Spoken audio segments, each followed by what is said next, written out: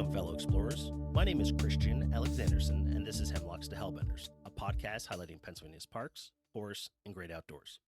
Standing on the shore of Lake Arthur in Moraine State Park, you never think this area was the site of massive deforestation, coal mining, and gas drilling practices that scarred the landscape for decades. But it is. In the late 1800s, farmers cleared the forests and drained the swamps that would one day be Moraine State Park. Materials such as sand, gravel, limestone, clay, and shale were mined and sold off. Later, oil and gas wells were drilled. When they ran dry, they were abandoned. As a result, much of the park area lost its topsoil and many streams were polluted with abandoned mine drainage. Luckily, someone came to help. In 1926, amateur geologist and naturalist Dr. Frank Preston moved to nearby Meridian and opened a glass research lab. Preston noticed that the hills on what would become Moraine State Park had a unique shape and attributed it to the glacial periods. Realizing the importance of saving this critical geological area, Preston formed the Western Pennsylvania Conservancy. Land was purchased to recreate the glacial landscape and preserve open space. Muddy Creek was dammed to create modern Lake Arthur. With help from the former Pennsylvania Departments of Forests and Waters and Mines and Mineral Industries, they reclaimed the mistreated land. Workers sealed deep mines, backfilled and graded strip mines, plugged 422 gas and oil wells, fertilized the soil, and planted thousands of trees, shrubs, grasses, and clovers. To look at it now, you would never think that this stunning park was in such bad shape less than 100 years ago. But thanks to the efforts of individuals, organizations, and the Commonwealth, Moraine stands as an example of what we can do when we care. As famed conservationist and Pennsylvania native Rachel Carson once said, the more clearly we can focus our attention on the wonders and realities of the universe about us, the less taste we shall have for destruction. For those of you who come to this podcast for information about outdoor activities, don't worry, we got plenty of that in this episode. We got a great interview with lots of information on hiking, sailing, picnicking, and other things to do at Moraine State Park. But before we get into that, I want to remind you to never doubt that a small group of thoughtful individuals can change the world. If there's something you want to do to help, go do it. Change the world, even if the world is just a state park. Your efforts could create something truly beautiful, like Moraine State Park. But before we learn more about the park, here's the stats. Moraine State Park is a 16,725-acre park located in Butler County. Available activities include hiking, boating, swimming, overnight accommodations, biking, mountain biking, horse riding, picnicking, fishing, hunting, wildlife watching, disc golf, sledding, snowmobiling, and cross-country skiing. A notable feature of the park is its 3,225-acre Lake Arthur and 42 miles of shoreline. Moraine State Park is named after the glacial moraines that were formed over the park during the last ice age, between 115,000 and 11,700 years ago. Nearby towns include Portersville, Prospect, and Butler. State lands that are close by include McConnell's Mill State Park and Jennings Environmental Education Center. You may enjoy the park if you enjoy a relaxing day in a boat or by the shore. I'm excited to welcome Brian Flores to the podcast. Brian is the assistant manager at Moraine State Park. Brian, thanks so much for joining the program. Thank you. How would you describe the park to someone who's never been there before? Well, Moraine State Park is located out in Western Pennsylvania. It's north of Pittsburgh.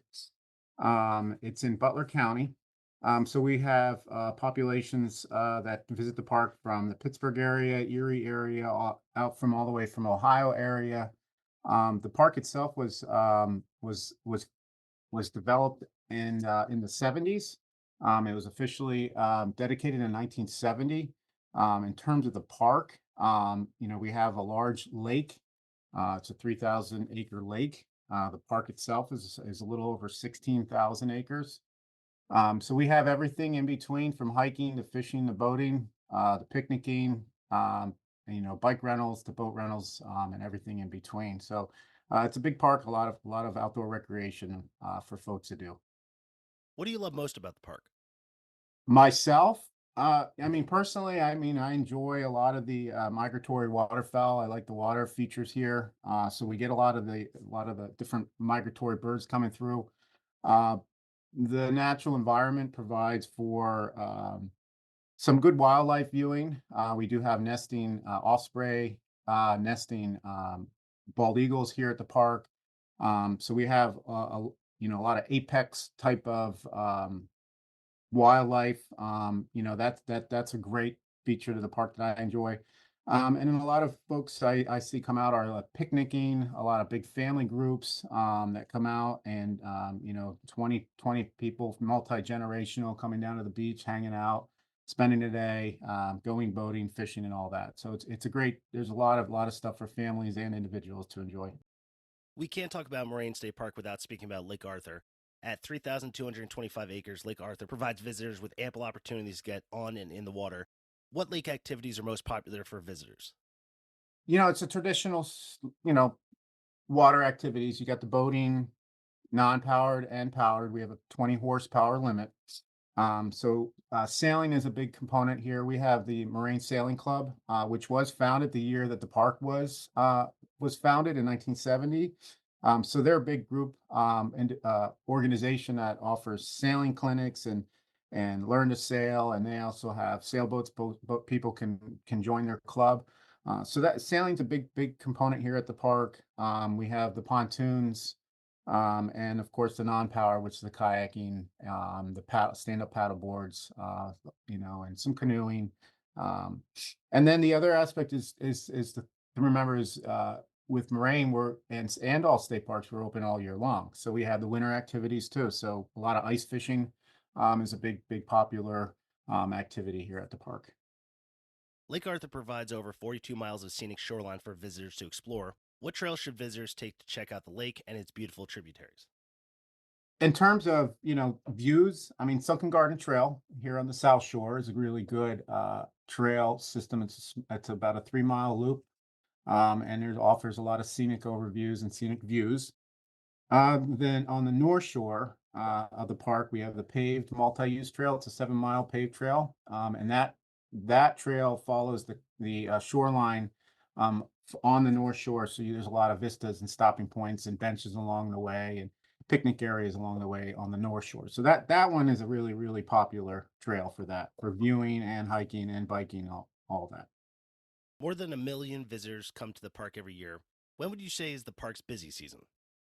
I mean, number wise, our busiest is going to be in the summer, May, June, and July.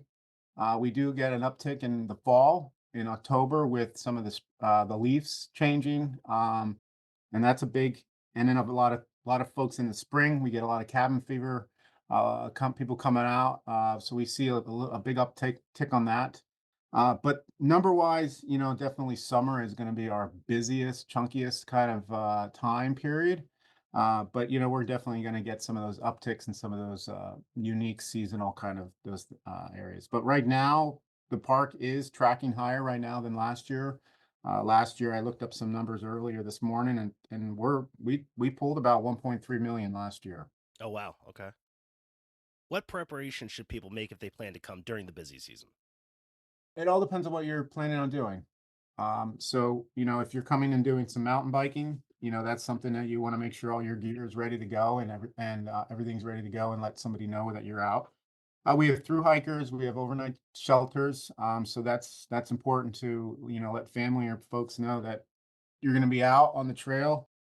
Um, and then if you're coming for the hike, you want to have some good sturdy shoes or, some snacks, some water, picnicking, so there's a lot, depends on what you're doing.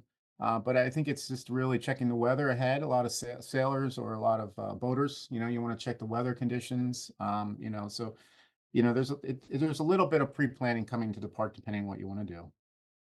How's your Wi Fi situation? No Wi-Fi, but cell signal is pretty spotty in areas. Different carriers have better coverage, but it's functional for what we need. Download your maps before you come. Make sure you take all your preparations and tell people where you're going before you go. Oh, absolutely, absolutely. I mean, this is a state park. I mean, that's the same advice national park folks give. You're going on a road trip. That's also very similar types of advice. Is windsurfing also available there? It is, yeah. Where's a good area on the lake to windsurf? The park has traditionally had a windsurfing beach up on North Shore, Barber Point, over by Lakeview. So that's been I see some windsurfers out there. I've also been seeing we have requests in the winter for ice windsurfing. So we've seen that. Do you have any trail recommendations for hikers looking to explore the park's nearly 30 miles of trails? South Shore here, where we're located, the park office is on the South Shore. So we have three trail sections on the South Shore, Sunken Garden Trail, Hilltop, and Pleasant Valley trail systems. And so there's some nice loops. There's about 10 to 12 miles on the South Shore that, there's a nice hikes.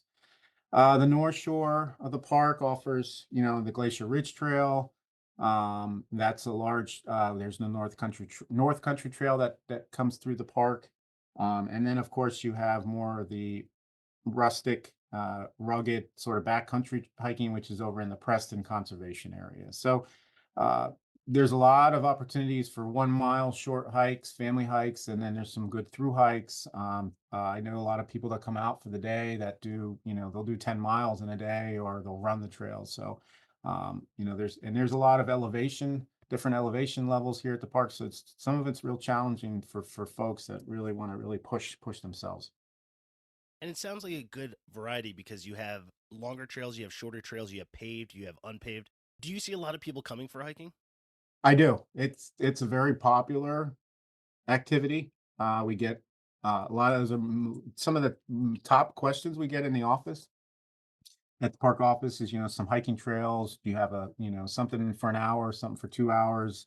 We have, these skill levels, this type of thing. So we get a lot of requests for hiking and walking. And it's definitely it's a way for folks to just enjoy the outdoors, take some time to reflect, introspectively. It's a way to just kind of reconnect and just quiet down and slow your life down a little bit. So With 1.3 million visitors, would you say there's still an opportunity to kind of for some solitude out there? yes, there is. And that's with Moraine. And one of the characteristics of Moraine is the entire lake is surrounded by state park. So there is no private land. There's no major infrastructures. There's no encroachments on the lake. So we have that. In the summer when it's full leaf out, there are pockets where it's really hard to hear the highway. So you can get into some areas and really kind of have that solitude. Early mornings, evenings when the day's kind of going to bed, it's real nice. It starts to quiet down real good. So there are areas, definitely. There's pockets you definitely can get away. And I went for a hike the other day, and I think I saw three people. So that was here on the South Shore in the morning. So you have plenty of opportunities not to see anybody sometimes.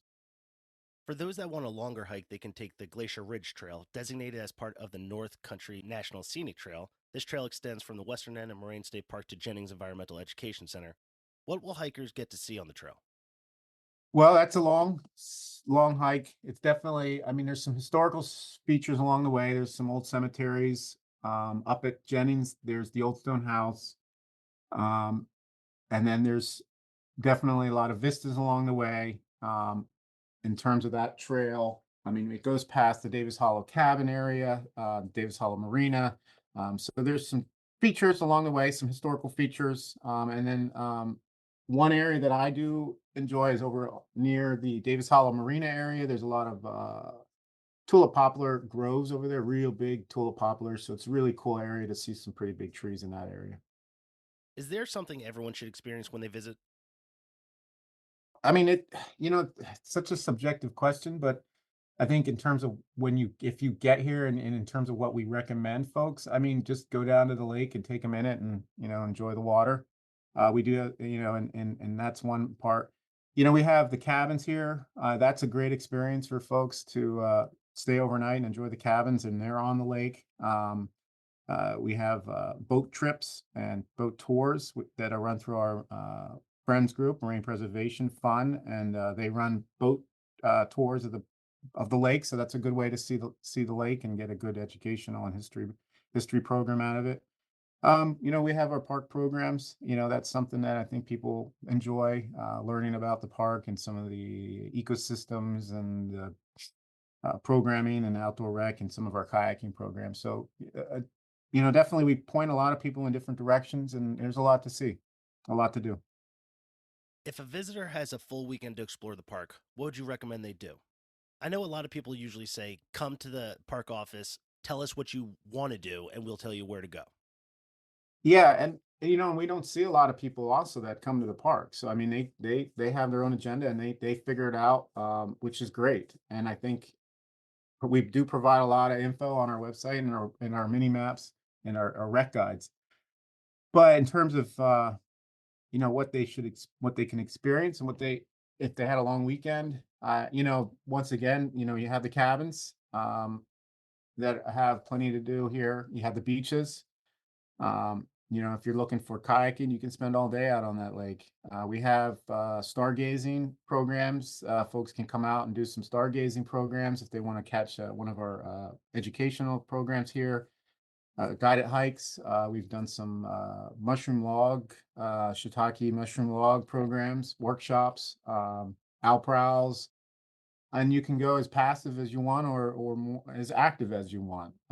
Between we have some stand-up paddleboard tours at the park with some private concessionaires that do that. You can rent a boat, so or a lot of folks use this as a sort of a hub, and then they go, do some day trips from here. So there's the local area and the local areas they can go and visit, down in Pittsburgh or Butler, or go down to Cranberry, or go, different Zealand, Opal, different places like that.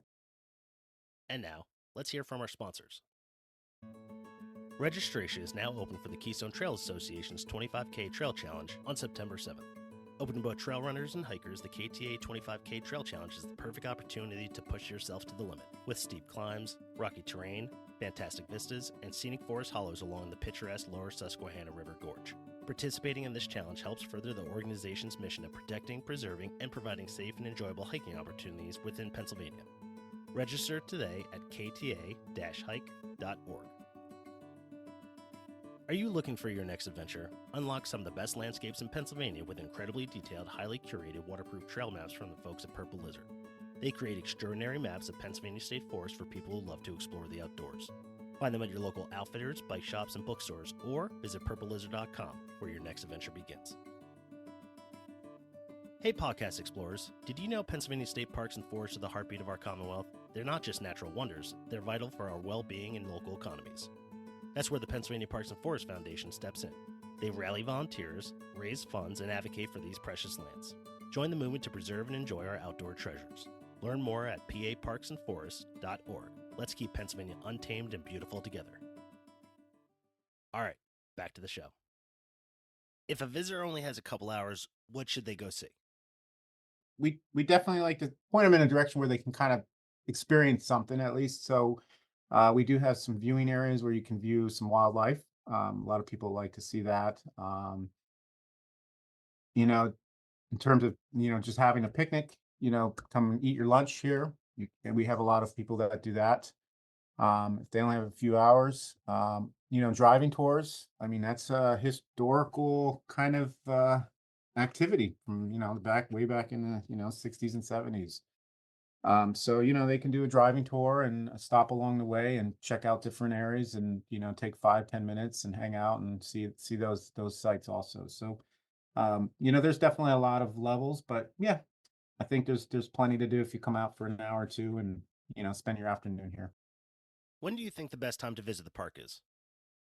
And it's again, it's that subjective kind of question. But we have a lot of people that come up for the leaf change. That's huge. It's real big. A lot of with our tour boat with the friends group, that's their tours are full during that time. I mentioned earlier about the migratory birds. A lot of people come up for that. We have events throughout the year. We have the regatta, and we do manage McConnell's Mill also. So we have a heritage festival. So some people come up for that. People come up during the summer for a week canoe or cabin rental, and that's been a tradition. We see families that come up and spend Christmas week at the cabins, and the whole family will come up and they'll rent multiple cabins and do that every year. So it all depends on what people are into. We have with the bass fishing, and when fishing season starts opening, and different types of, and even hunting, different hunting season, folks are coming out for that. So I think it all depends on what your interests are, um, what your comfort level is in terms of the if it's a good winter or cold winter or warm winter, those type of things. So Can you tell us a little bit about the regatta? that is run through a private organization in partnership with the park and Butler County Tourism.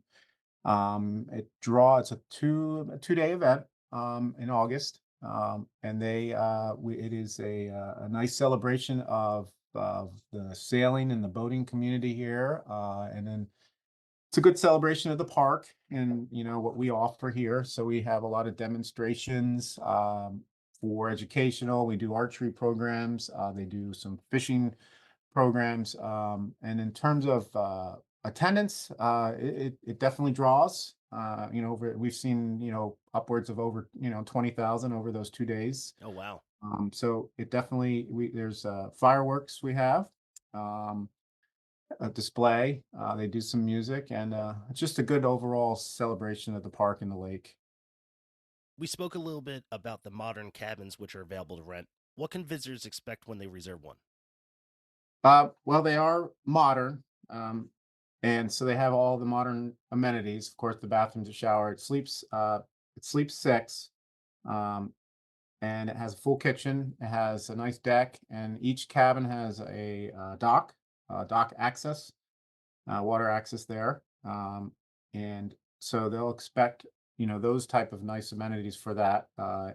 And then, so it's definitely modern, clean, in terms of that regards. But it's a nice park cabin in a nice secluded area of the park. You get your lake views, and they are booked pretty much all year long. I don't know what our occupancy rate is right now, but it's definitely sometimes we can push up to 80% for the year. So Oh, wow. between 60 and 80%, it's booked. So we'll have people call that, it's some of these cabins will book in like literally 10 minutes, when they go live. But what to expect, and just relaxing. I know, it's a real quiet area of the park. Yeah, we tell people you got to bring your sheets and blankets and pillows and all your amenities. So we provide the cabin and provide that area, but they're open year round. They're maintained by the park, and they're cleaned on a regular basis. So yeah, they're really nice facilities. Having dock access is really unique. I don't know of very many parks that offer the cabins along a lake and then also to have dock access to like launch your kayaks. That must be a huge draw just to be able to have that sort of ambiance and those sort of vibes on the lake. Definitely, definitely. I mean, I've seen other parks, with state parks, and I don't know if you've stayed at other state parks and some of their cabins. But definitely that is you may see a courtesy dock. You may see something where but yeah, this is definitely a nice feature for our cabins. Definitely. People like to sit on the docks, and they hang out. They can put their boats there and just go out fishing that night. So it's real nice, real nice. The park has 3 day use areas. Can you tell us about them? They all three of them offer different types of amenities and features, and definitely attractions. The South Shore is where the park office is located, so that's where our headquarters are.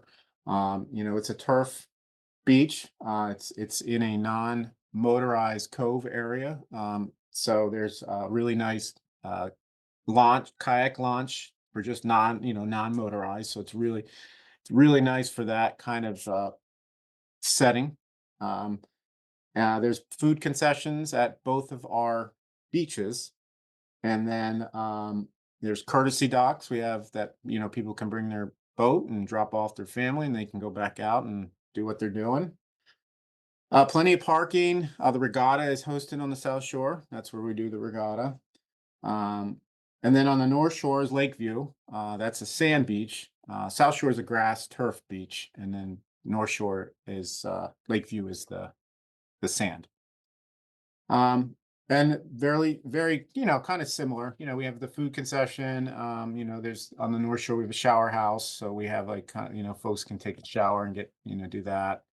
Beach grills, picnic tables, plenty of parking, and then access to your trails and, those other types of amenities too. So, but on the North Shore, we have the multi-use paved trail.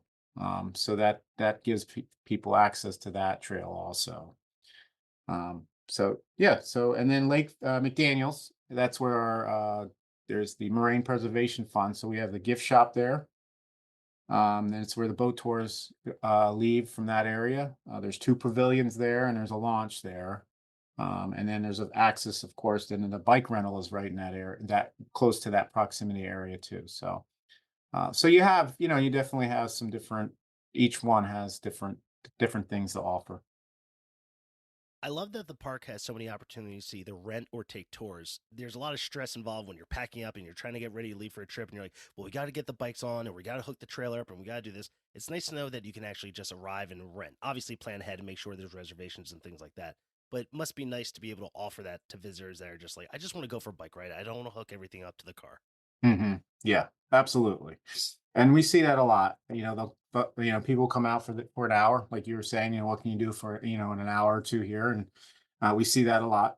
And it's similar to we've had kayak demos in the past. We've had with the stand-up paddleboard concession with those individuals do that, have that kind of opportunities. And a lot of times with our park education programs and our outdoor rec programs, we have a fleet of kayaks that our educators then also provide those educational trips for the kayaking also. We do full moon paddles also, so we'll offer that. So folks that don't have their own kayaks, they can come out and participate in that activity also. So yeah, it is nice because it's hard to lug those kayaks around and but that's actually a good point because we do have kayak racks that people can rent, and then you could store their kayaks here, same as our marinas. So we have the two marinas, so they can store their boats here for the summer, and then just drive up here and then just use them as from those areas. And for people that might be listening that have never taken in a state park program, absolutely do it. There's so many opportunities, like Brian went through. I mean, owl prowls and mushroom explorations and different sort of kayaking tours. You could learn so much. They're extremely accessible to everybody who wants to go. So I highly recommend it if somebody hasn't. Thank you. Yes, and we have three educators at the park, and statewide professionally trained educators, and great. They do a great job. Great programs. Absolutely. Thank you for that. What's the Frank Preston Conservation Area? That is in our eastern part of the park. So that area is managed for low impact. It's managed as low density area. You'll see that in other parks throughout the state. The conservation areas, it's a designation for limited development. Really, the only thing out there is trails. So what that means, limited development in terms of you know, buildings or bathrooms, even that component, anything in that regard. So that's how it's managed. We manage it that way. We do, and it's a great area for unique ecosystems for viewing, and that area has a lot of the headwaters, and a lot of the Muddy Creek comes in that area. So there's some really good wetland areas and definitely different some tree stands and some really you can get some good mileage over there for hiking also. There's a loop trail for mountain bikers located on the North Shore. How popular are these trails currently?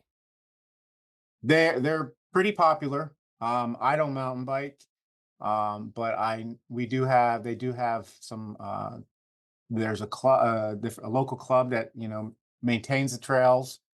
There's some mountain biking clubs that do some I believe it was a month of mud is the event where they do a race in October. And then I here locally, when I talk to people when I'm out and about in the community, they like to talk about the challenging trails at Moraine. So I know there are some higher level mountain biking riders out there that really appreciate the technical aspect of this trail system. Um, so it gets used. I know it gets used. I see cars in the lot all the time. There are some cool historical features that people can visit and learn more about. What can you tell us about the Davis Hollow Cabin and the oil exhibit? Well, the Davis Hollow Cabin is located near our Davis Hollow Marina.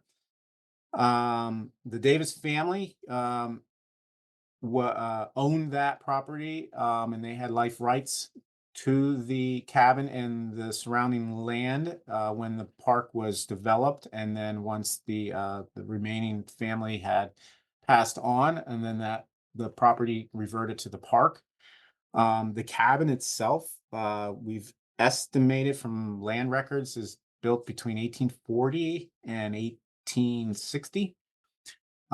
So a lot of this area was developed after the Civil War. So we see a lot of Civil War vets coming back to this area and building cabins and little homesteads. And so this cabin itself, we've estimate, there's some records in terms it goes back to that era.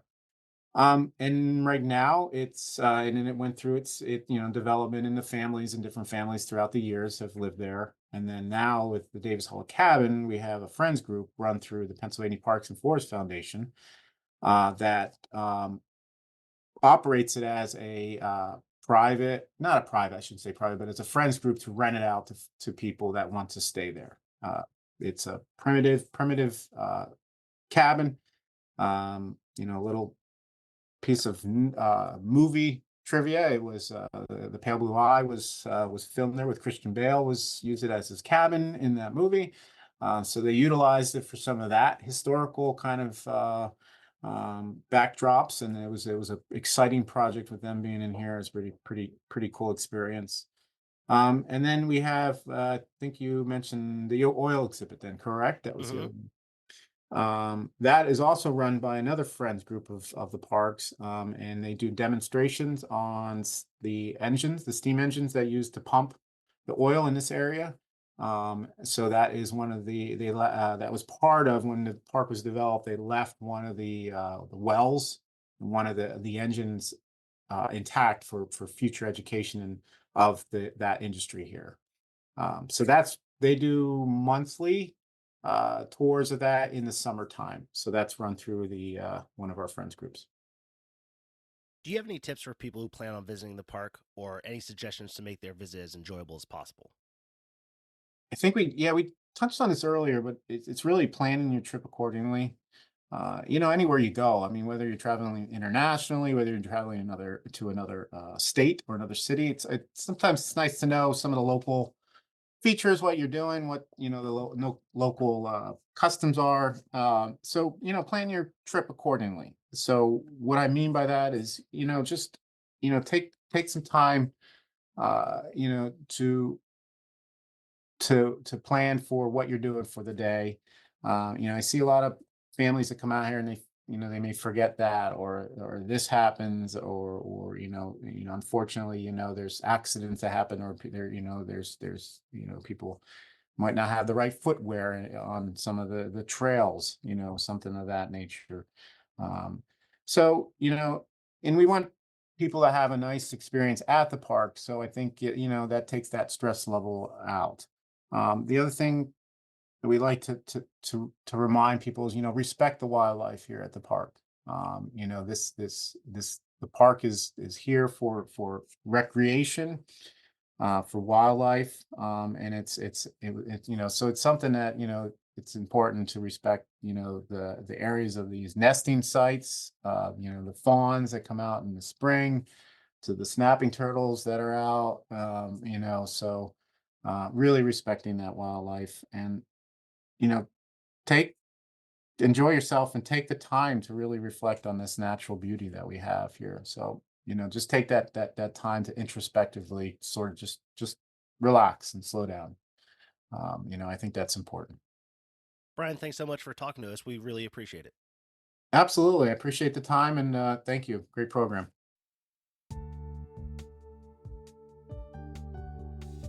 I want to thank my guest, Brian Flores, for joining the podcast. Be sure to follow us on Instagram and Meta for more information about upcoming episodes.